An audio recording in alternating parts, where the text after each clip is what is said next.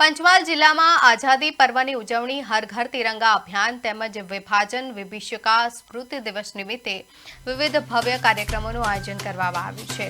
જિલ્લા કલેક્ટર અજય દહિયાના અધ્યક્ષસ્થાને યોજાયેલી પત્રકાર પરિષદમાં ગોધરા ખાતે પોલીસ હેડક્વાર્ટરથી રામસાગર તળાવ સુધી યોજાનારી વિશાળ તિરંગા યાત્રા સહિતના વિવિધ આયોજનોની વિગતવાર માહિતી પૂરી પાડવામાં આવી હતી।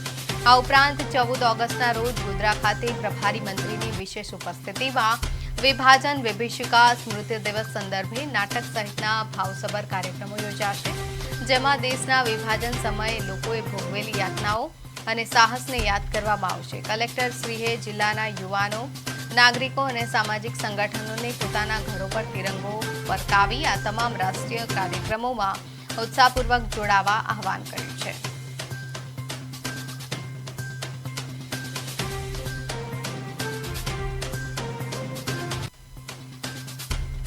નું પણ એક આયોજન કર્યું છે। 14મી તારીખે સાંજે માનનીય પ્રભારી મંત્રીશ્રીની હાજરીમાં ગોધરા ખાતે આ કાર્યક્રમ થશે। હેતુ એ છે કે આઝાદીના સમયે દેશનું જ્યારે વિભાજન થયું, કેટલાક લોકોએ કેટલી પીડા સહી અને કેટલા લોકો ખૂબ સાહસ બતાવ્યું, આ એક સ્મૃતિ છે।